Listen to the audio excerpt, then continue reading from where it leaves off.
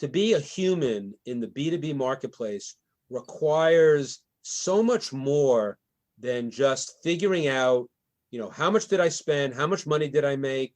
Does it work? Doesn't work? Those are all direct marketing things, and that's all logical. But you've got to get down deep with your audience. You've got to know your audience. You've got to really be one with them. That's why I call my list my online family. Welcome to Your Intended Message, the perfect place for leaders and promising professionals who want to convey the intended message for greater success. Every week, we interview experts who address the challenges and best practices to deliver your message effectively. That might be one-to-one, one-to-few, or one-to-many. And perhaps the most important conversation, one-to-self. I'm your host, George Torok. My guest today is Brian Kurtz. Here's 3 facts I think you should know about Brian. 1, he is responsible for the distribution of over 2 billion pieces of promotional copy in his career. And that includes both online and offline. Some of you might remember the offline days. And while doing that, he says he's never met a medium he didn't like. Well, there were 2, which he could tell us about later if we ask.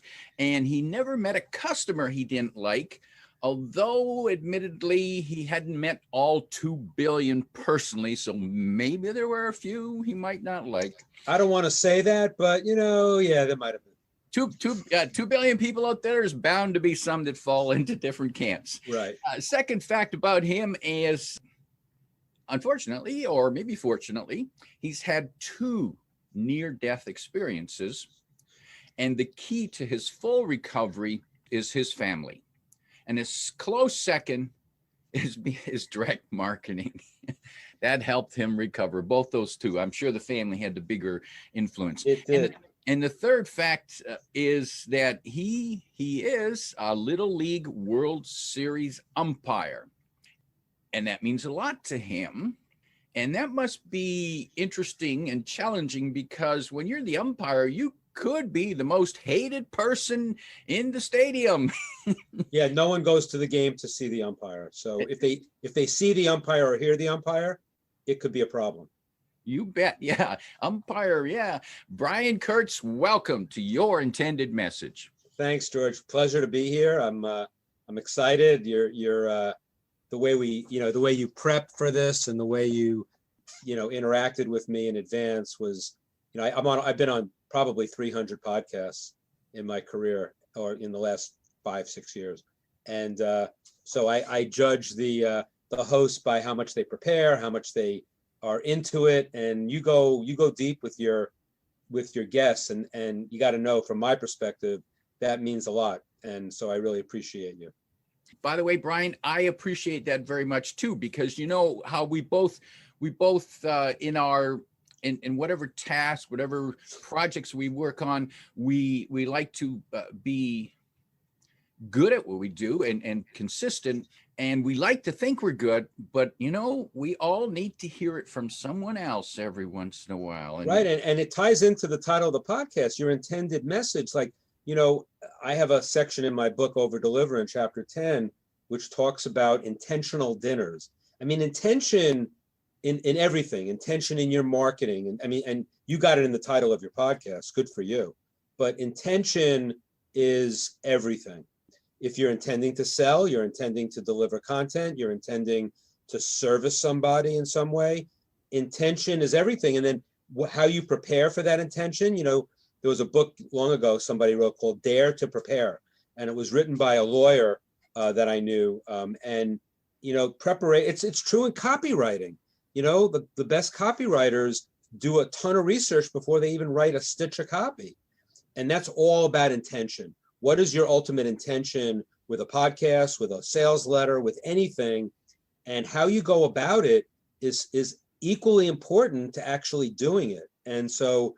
It's like it's good. We're both eating our own dog food, basically, which is really good. Now, it's interesting you talk about intention. When you were early in your career writing marketing copy for the newsletter Boardroom Reports, and which I was looking around because I know I had some I keep things like that because it had practical tips. I read a lot. That was the whole purpose of the Boardroom newsletters. The big newsletter was Bottom Line Personal. That was the consumer newsletter. But I wasn't writing copy for it. I was marketing. I was on the marketing side.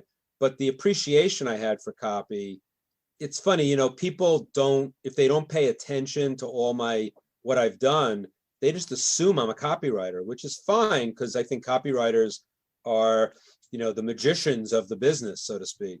And so if I could be in there, anybody who calls me a copywriter, I don't want to deny it because it makes me feel good. But I always say, I wrote a blog post once that I'm a copywriter wannabe. And people called me out on it, on my list. They said, what are you talking about? You're writing with all these things that you do in terms of weaving a story into maybe a sales message, but not a hard sale. They were saying all of these things. And I'm thinking to myself, well, I guess I do that, but it's because I've been exposed to it for 40 years. And so I'm almost doing it by rote, but I'm not a copywriter in the sense that, the idea of writing a package or a letter or doing a video sales letter or a complete direct mail package or a TV infomercial, I could never write that soup to nuts. That was not my strength nor my superpower. My superpower was more in, analyzing the audience and the list. And to me, it's actually more important than the creative and the copy. There's a three-legged stool. If you read in my book in chapter 4, when I talk about RFM and list selection, I say that there's a three-legged stool in direct marketing. It's list, offer, and creative. And so, there was a 40-40-20 rule that the success was 40% list, 40% offer, and 20% on the creative. And the interesting thing is that it's not that precise, first of all. And second of all, I've studied all the great copywriters. I mean, I did my first book was about 6 of the greats of all time. And I work with the greats of copywriting because I'm not one, and I want to be like them in a way. But when I study the copywriters, it's amazing that I have quotes and quotes. I've saved all these quotes from all these copywriters. They're all about the list. It's not about their copy. They say, the classic is Gary Halbert, and he said, it's not about the brilliant. It's not the brilliant burger. It's the hungry audience. And Gene Schwartz would say things like, it's not, the copywriter's job is not to create desire. The desire is already in the marketplace. The copywriter's job is to kind of channel it and bring it, into focus. And that's a very important distinction. And so and then I say in a jaded way, the copywriters knew that the list was most important because they knew if they're writing to a list that was targeted, made their job a whole lot easier, because you can't write great copy to an audience that doesn't want your product. You get 0 orders out of that. And that's why, it's really important to match, the list or the audience with the message. And that's why you have, the best marketers have different copy for different segments of their list, because, I got to tell you, simply put, lists are people too. And it's not just names on a piece of paper. And if you can dissect them and segment them in different ways, that's how you talk to them. You talk to them in at least buckets, if not individuals. Brian, you disdain or avoid the label of being called a copywriter. If someone were to put a label on you, what label could you live with? A few. I could live with nice guy. I could live with good umpire. But I guess I would live with something like that. I'm a serial direct marketer. And the reason why I like that, because people talk about being serial entrepreneurs and serial founders and serial investors. And I don't know too many people who would say they're a serial direct marketer. And what that means to me is that it means that I'm a slave to measurability. I'm a slave to accountability. I'm a slave to responsibility in my marketing.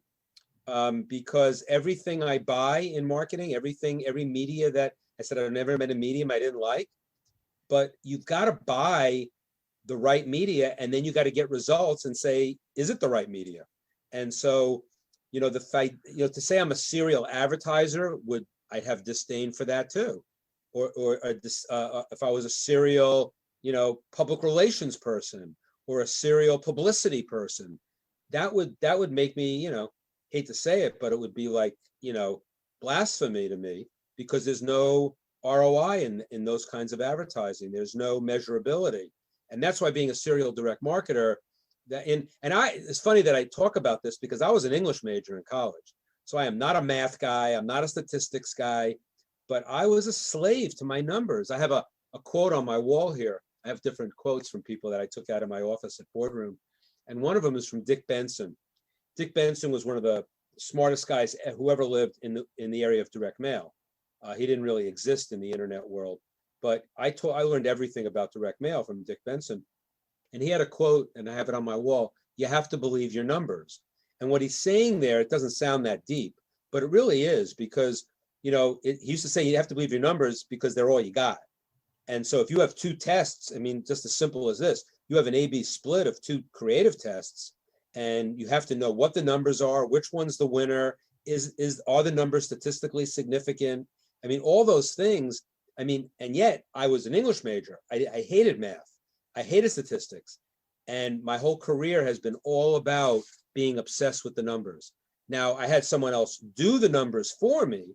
I wasn't doing this. I wasn't a spreadsheet jockey, but I was interested in what the spreadsheet showed. I could read a mail plan better than anybody. I could read a spreadsheet of results of a campaign, online or offline, better than anybody. I knew what data I wanted to see. So having somebody always at my side during my years at Boardroom, and even now, having somebody who can get me the data, talk about a dashboard.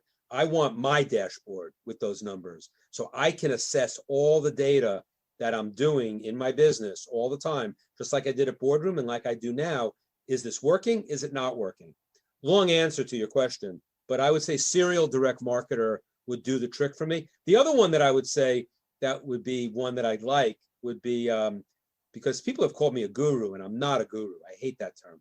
But people who have called me an OG, an original gangster, I like that, because that tells me that they're not just because it sounds cool, but they're basically saying if I'm an original gangster, it's saying that what I know from the past that's applicable to the present and the future is bedrock fundamentals that stand the test of time.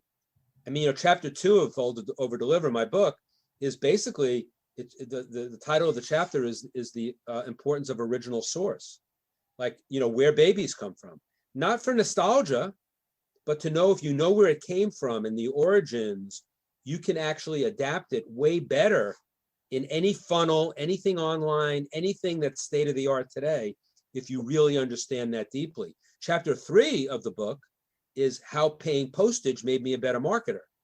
I don't like to be dubbed a direct mail guy, but I grew up in direct mail, and I made a transition. I think I'm a bridge from that world to today's world, where most of the people who I grew up with in direct mail didn't make that transition.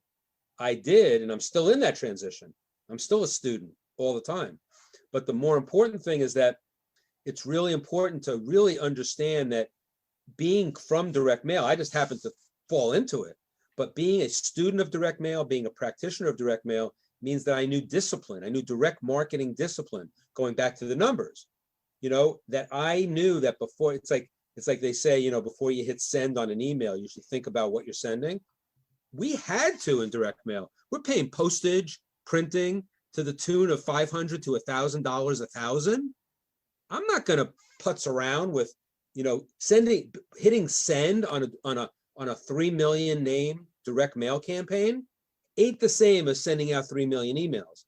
Now, the reason why I have that chapter, why paying postage made me a better marketer, is that I still use the same discipline when I send out email. When I send out my email every week, I have a blog that I send out every week to 15,000 people. When I hit send on that blog post, I have the same mentality and discipline that I had when we gave the letter shop, the guys who were sending out our direct mail, we gave them instructions to say, the mail is good to go, send out 4 million pieces. It's the same thing.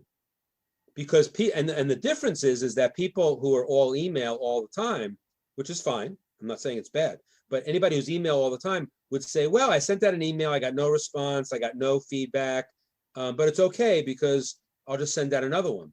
Well, it's not okay, because you want to explore what you did. Now, in direct mail, you'll know because you spent all this money on the direct mail campaign, and if you don't make some of that money back, you'll know that you failed in some way. In email, you say, oh, it's not a big deal. I didn't fail because, you don't think it's an epic fail if you don't get any response or any engagement with your list after you email it. I say poo to that. I say that, every time you communicate, everything that you send out in email, it's like in direct mail, everything had to be somewhat selling something because you're spending so much. In email, it may not be a revenue event, but it's got to be a relationship event. It's got to be you got to accomplish something with everything you send.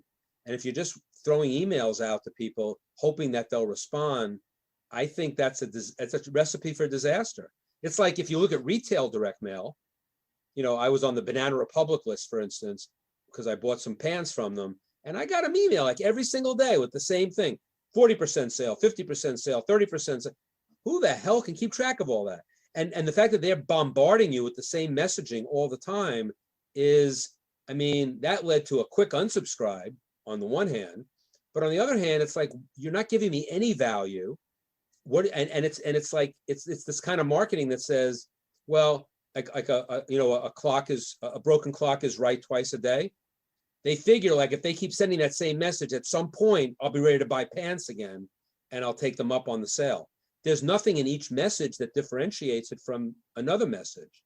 So that's the mistake a lot of people online make, in that because it's cheap, they think they can just do anything. And I think it's a mistake to do that. Brian, is it fair to say that the lessons that you learned in sending out real mail with postage, because there's real cost to doing that, and which means that when you make a mistake, there's a cost, that those lessons help you be a better email website marketer, because that you still, even though there's not the dollar cost, there's the time cost and perhaps the relationship damage. Absolutely. You said it perfectly. And the thing I would just add on to that, the relationship damage, you don't know it right away. That's the problem. I told a story in my book about a guy who had a big email list, and he would email them every day with a tip of the day, a thought of the day. And it was a very woo-woo kind of audience. It was personal development. It was just a heartfelt email every day about like his, how you're gonna live your life today, like and to the fullest. And then he started taking on affiliates of people like selling stuff to this list, but stuff that was congruent. He sold a yoga offer, a meditation offer, other personal development offers, a book, whatever. And no unsubscribes, no damage. People were saying great, and he would make some money on it, and that was great. Then one day he said, oh, my audience, they're probably very self-sufficient. And he got an offer from a guy to do an offer for real estate investing. Now, automatically you say, real estate investing and personal development and yoga and meditation, what's the connection? He made a connection in his mind that said, they're self-sufficient, they probably aren't making a lot of money, made a supposition there, and that this would be a way to them to supplement their income. Well, bad idea, because he went out with a real estate investing offer and he got like 30% of his list unsubscribed. He had spent all this time developing that relationship. That's why you have to look at your list, not as names. Lists are people too. You have to look at them as an online family. And you wouldn't want to abuse your family. Maybe some people would, but that's not the rule of thumb. So why would you want to abuse your family And so that's the thing, it's always the theory that says, I don't want to send out an email that I wouldn't send to my mother. Well, unfortunately, my mother's 95. She has no idea what I do. So that's irrelevant for me. But it's this concept. It's the concept. And you said it. It was relationship. And you don't know the damage you're doing. Now, he did know the damage because 30% of his list unsubscribed. So boo-boo, right? Big boo-boo. And he had spent so many years cultivating that list, being one with them, being intentional with them, using, the topic of this podcast. So you don't want to you can blow that in a heartbeat. And so that is critical. So yes, you can have that discipline and not had my career. Serious, clearly. You don't have to have been in direct mail, but I think the direct mail has really helped me a lot. And I'm very, very, I'm like a teddy bear in email. I sell. I'm not a nonprofit, believe me. I sell mastermind groups. I sell books. I sell swipe files. I sell all sorts of stuff. But I do it in a way that is indicative of somebody who had to make every sale count in direct mail. I don't have to make every sale, every email. I make every piece of direct mail count. I don't have to make every email count in terms of dollars. And that's like, I'm a kid in a candy store.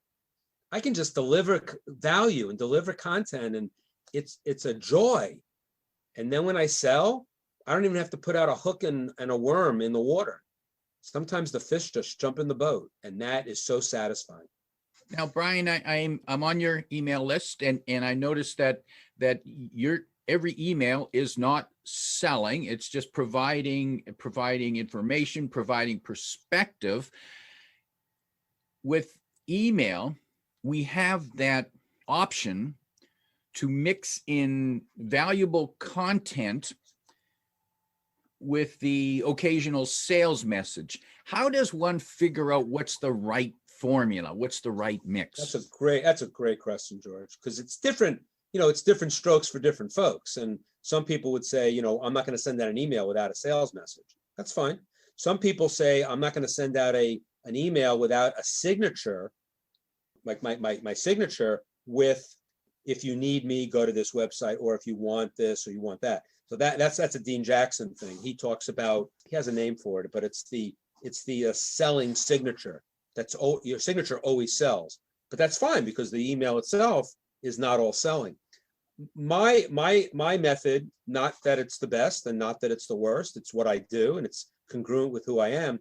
I basically use the body of the email to tell a story, to teach a lesson, to adapt to certain things. I mean, a lot of times the stuff that I want to sell is stuff that I own the rights to, of people that I'm telling a story about, like Gene Schwartz.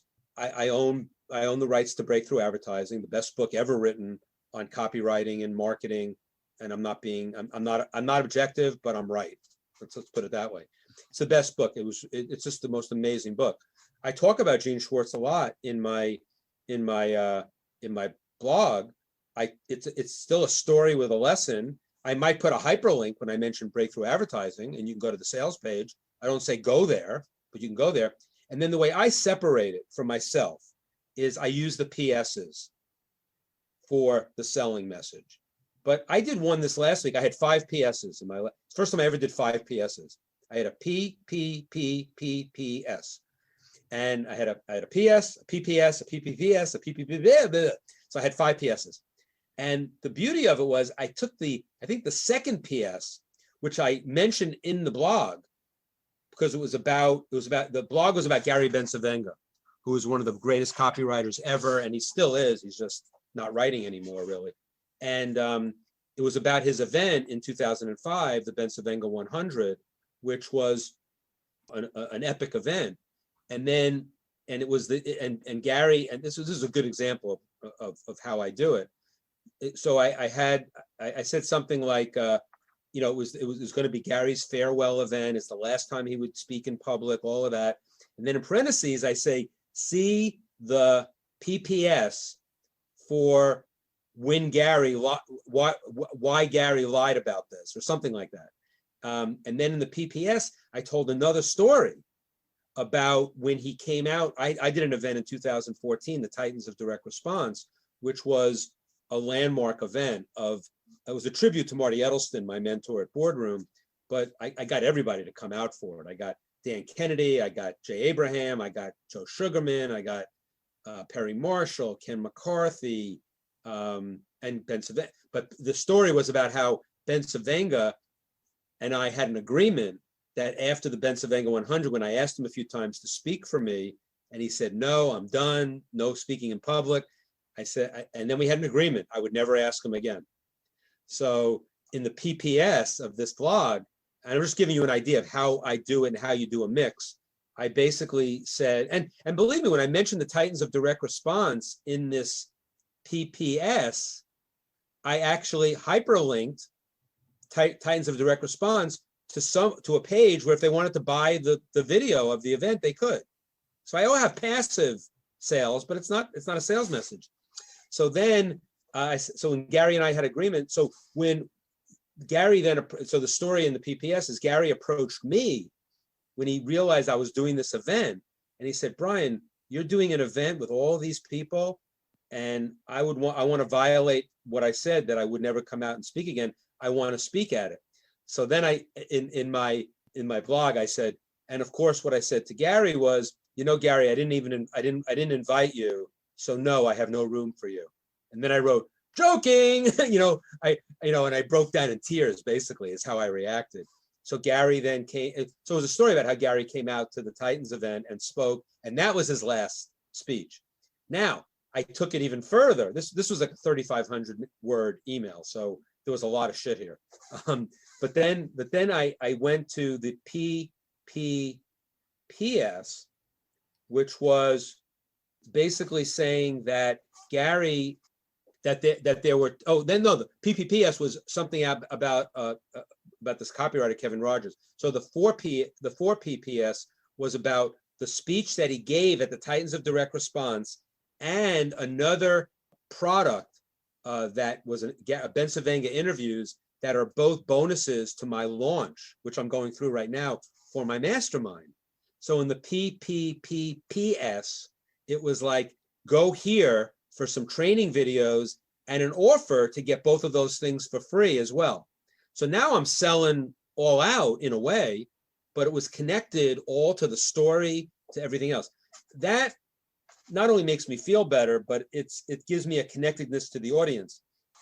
Now I do run emails during a launch, and those are all selling, but I also try to get something in there about, like I did a training video on how to hire a copywriter, but I did talk about in the email, to get to that video, some stuff that, was valuable. So I always try to create value wherever I write. But again, answering your question in a very long-winded way, as I usually do, it's for me, it's the newsletter, it's the blog, which is not sales, and the PS, which is sales. And there's subtle selling in the blog with links, and in the PS, there's actually additional content that's not selling sometimes as well. So it's a mix, which is different than a lot of marketers. I mean, I'm on a lot of marketers' lists, and I don't know, and they do content. So they're doing content and selling.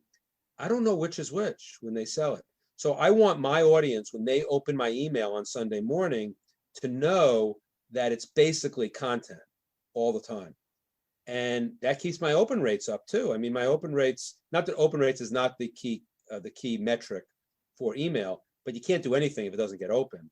So, I'm opening at total open some weeks, because I mail it twice. I mail my email on Sunday morning, and then I mail the same email on Friday morning to the people who didn't open on Sunday with a different subject line. So all of that in a week. And those two emails combined with multiple clicks and multiple people opening more than once, I sometimes get as high as 50% total open rate. Unique opens, I always get close to 40. And that's pretty good. And because they know what they're expecting if they open it, that it's not going to be a blaring sales message every week. It's going to be, I'll be selling stuff, but also it's consistent. Going back to the guy who wasn't congruent with his audience, selling the real estate investing. The stuff I'm selling is all congruent. It's my training. It's my mastermind, which is all training and coaching. It's the books, the direct marketing classic books. It's direct marketing classic swipe files. So it's all congruent to what I do. And if I ever do someone else's offer, everybody knows on my list, I don't take an affiliate commission. I either donate the affiliate commissions to charity, or I give it back to them. So that, for instance, I have a list of, I have a Titans Accelerator mastermind, which is a virtual mastermind. There'll be over 300 people in it after the end of the year. And so I had an offer for somebody's copywriting program, which I believed in. I said, if you buy this program from him, I'm not going to take a commission, but I'll take that, what you spent, and put it against your renewal of the mastermind. So like the mastermind at that time was $1,500 a year. They paid $500 for this, because I believed in it. The guy is a good friend of mine. He's in my high-end mastermind, and I wanted to sell his product, but I didn't want to collect a commission. So I had like 15 or 19 people buy it at $500, and all those people are renewing now, and they're all renewing at $1,000 a year instead of $1,500. That's ways that you can incorporate, and incorporating charity is a great way to do it. I have a charity of choice, which is Charity Water, which is an amazing charity. They have an offer called the Spring, where you sign up for a $40 a month subscription charity. And basically Charity Water is all about providing clean water for everyone on the planet. That's their mission. And so, you can't do anything without water. It's sort of like, without water, you will not be a good marketer, among other things, right? So it ties in very much to my mission. And so I did a mailing that was, you could say it's a selling email, but in the PS, I talked all about Charity Water. I talked all about how I'm committed to it, that I donate $120 a month, which takes care of gives 3 people water for a year. In 1 month, you give 3 people water for a year. $40 a month gives 1 person water for a year. And so I basically said, you donate to the Spring $40 a month, come back to me, and I will, again, work a discount on your renewal of this, or you can take a discount of whatever, of a few $100s, because $40 a month is $480 a year. So I think I gave them like a $200 discount on anything that I sell for donating that. I'm not getting the donation, but I'm using the donation to give them a discount. So I'm doubling up on the discount. And that, it's not only hasn't it worked, I mean, it's worked, so that's a good reason to do it, but it feels so good. And that's my intention, Now that's interesting. Your intention is that it feels good. So that raises the question, how much of your marketing, again, here's another mix question. What's the mix between logic and emotion? I'm not bad at tying into people. I'm not a copywriter again, but because I've seen every copywriter do it. I'm pretty good at getting into people's emotion. I had a guy recently who wasn't going to renew his membership in Titans Accelerator, and I wasn't going to push him. I was going to, respect that. But I basically went to him and we got into a little email, and he said, yeah, this guy who's another member of Titans Accelerator has changed my business. I've hired him as a consultant. So then I just went back. It was logical and emotional. I just sent him an email back, and I said, I have a curious question for you. The guy that he's working with, did you meet him in Titans Accelerator? And he said, yeah. I said, because he was saying that he wasn't getting a lot out of the group. He wasn't getting, he didn't feel like he was participating enough, or he wasn't getting value from it, or a return on investment. And now, I've got a logical and an emotional argument for him, because I said, you know what? You have to think about the first domino. You might not think you're getting a return on investment, but if you met this guy in the group, you never would have met him had you not been in the group. Then you take that domino, and you've got a line of dominoes of things, and you just push him down. Now you've got, he redid your website. He redid your email campaign. He redid your marketing. Wait, are you originating that to being a member in Titans Accelerator? or are you just saying it happened by magic because you're a magician? And so, I mean, he that one worked. I mean, that he did come back and say, yeah, I'm stupid. I wasn't trying to make him stupid, but clearly he's stupid in a way, because he got value that was far beyond a typical measurement that said, I spent $1,500 on this virtual mastermind. I didn't get $1,500 worth of value. Well, no, you probably got like $30,000 or $50,000 or $100,000 worth of value. But that's the emotion and the logic coming in. And I don't do it all the time, but I feel like, I feel like it's my job to do it, because there are so many young entrepreneurs who just, I'm not going to say they don't get it, because that sounds like I get it, and I don't get it all the time either, but they don't get what it is to be like a human in the B2B marketplace. Basically, to be a human in the B2B marketplace requires so much more than just figuring out, how much did I spend? How much money did I make? Does it work? Doesn't work? Those are all direct marketing things, and that's all logical. But you've got to get down deep with your audience. You've got to know your audience. You've got to really be one with them. That's why I call my list my online family. I encourage. I don't just try to ignore. I don't just ignore them with automated funnels and autoresponder emails. I go out of my way to engage with them. Imagine that. I mean, and it costs me, believe me, it costs me in having 100 emails in my inbox. But again, what are we in this for? If you're in it just to make money, then you wouldn't do that. And in fact, I know a lot of gurus, and I'm not a guru, I'm an OG, but I know a lot of gurus who tell me if they saw what I do every day with my email, they would say I'm a moron, basically. They would say, why are you spending so much time on email engaging with your list? And I say, I'm just hanging out with my online family, but different perspective.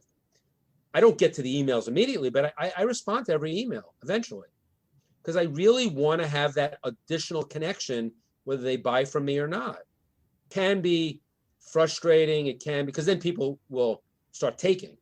Then they send me a long email asking me all their marketing questions. I said, well, I think you've taken this relationship a bit too far. And I basically say to them, this is the logical piece. I say, look, my time is valuable. I already gave you a lot. You got to pay to play. So, and on that note, Brian, let's talk briefly about your latest book, Over Deliver. I love the word, fabulous title. My mentor would constantly stress to me the importance of over delivering. Who was that? Who was your mentor? Peter Ersbender. Very big influence on my life, that's for sure. The subtitle being Build a Business for a Lifetime, Playing the Long Game in Direct Response Marketing. Fabulous insights in here. And the interesting thing is that you, in providing this book, you lived more than lived up to the title, because not only is the book valuable, but when one buys the book, one also gets access to an online library of PDF files, of videos, of insights from other powerful classic marketers and copywriters. Right. I would say that, if you want to buy the book, don't go directly to Amazon or Barnes and Noble. Go to the site that you're talking about. It's overdeliverbook.com, and you go to that site and you'll see, besides testimonials about the book and people endorsing it, mostly, I'm very proud of that page, which I'll tell you about in a second. But the point is that you go to that page and you'll see there are 11 bonuses. Like one bonus is 19 keynote speeches that Jay Abraham has given in his career. That's one bonus. One bonus is a course that Jay developed that he spent hundreds of thousands of dollars to develop, and it's free on that site. there's a swipe file going back to 1900 of the best promotions ever. And why would you say why would I want a promotion from 1900? Well, you'll never be at loss for a new subject line again. I'll tell you that's the hint. There's a swipe file from Dan Kennedy. There's the Bensavenga Bullets, all of Gary Bensavenga's newsletters in one PDF. So it's like priceless information. And so you go there, then you push a button to Amazon or Barnes and Noble, you buy the book, you come back, you put your order number in, and you access all of this stuff basically for a $17 book. And you get on my list, you become part of my online family. And so you get my blog every Sunday, and I won't spam you, and I'll do good things for you. But the interesting thing about that site, which was very interesting, so I had, in the three things that you open with, I said I've had two near-death experiences. The first was I had prostate cancer in 2008. It was stage 2, I caught it in time, and so I'm pretty sure I'm not going to die of prostate cancer. So that episode ended. 2019, literally the day after my book came out. My book came out, Over Deliver came out on April 9th, 2019. On April 10th, I had a near fatal stroke on the floor of my bedroom. And I was rushed to the hospital. It was touch and go, but I didn't know because I was unconscious. And when I got up in the hospital with mostly everything intact, I mean, I was paralyzed on my right side when I went down on the stroke. But as you can see, no physical therapy, no speech therapy, anything like that. So I was blessed to come through it like that. I spent some time in the hospital thinking about, if I had died, what footprint would I have left? I hate the word legacy because legacy sounds like you're dead already. So what would be the footprint that I would have left? So I thought about the book, Over Deliver, because I got it on paper, which was good, but didn't satisfy me. And then I went a step further and I thought about the site, overdeliverbook.com. And that was a much more important footprint for me. Why?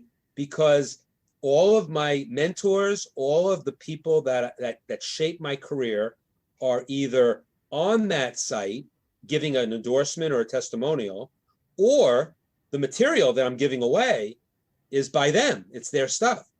And so I realized, and then I thought about, I went back to something that had been in my mind since my stroke, which was the movie Coco, which is a Pixar film. And it's a fantastic film. It's a children's film, but it's not a children's film. And it's all about Dia de Muertos in Mexico, where, it's the Day of the Dead, where Mexicans honor, not mourn, they honor the dead in their families and friends.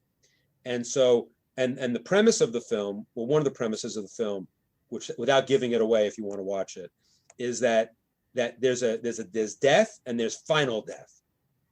Death is just when you die. Final death is when you die and you're no longer remembered. Big difference. So and there's a lot in the movie that is subtle. There's a lot in the movie that's for adults on this issue, which really it was meaningful. And that was, when I thought about the Over Deliver book site, that I had almost died, that, and so whether I'll be remembered or not, I hope so. But what I did with that site is that I was remembering Gordon Grossman. Do you ever heard of Gordon Grossman?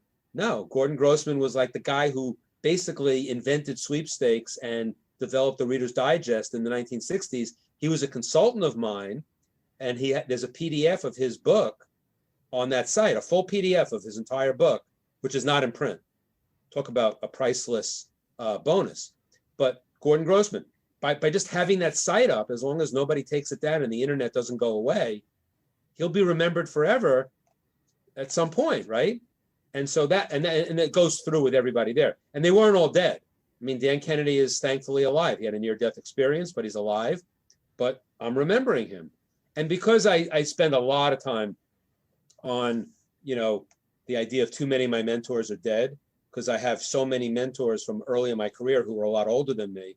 I've outlived them just because they were so much older. I stand on the shoulders of so many giants, and that I developed that site to honor all of them. That's going to stand the test of time more than the book, in my opinion. So that's, but overdeliverbook.com is and then the other side of that, if you're too cheap to spend $17 to get priceless bonuses, what you could do is just go to briankurtz.net. You can opt into my list, become part of my online family. Nothing to buy, nothing to buy ever, actually. There's a lot of free content on the site. Every one of my blogs going back 6 years is on that site. It's a lot of rich material in there. And you could do that and be a bystander in my world, but you're not, because if you're in my family, you're not a bystander. So I would say opt in at briankurtz.net if you don't want to buy overdeliverbook.com. But I suggest you buy the book just for the bonuses. In fact, buy the book, access all the bonuses, and when the book comes, throw it out. That's funny. But it's almost it's funny. It's funny, but it's I only say that because the book's valuable, I think, but it's it doesn't even begin to. But I do think that I'll go one better. Here's the best way to do it: buy the book, go to overdeliverbook.com, buy the book, come back to the site, access all the stuff.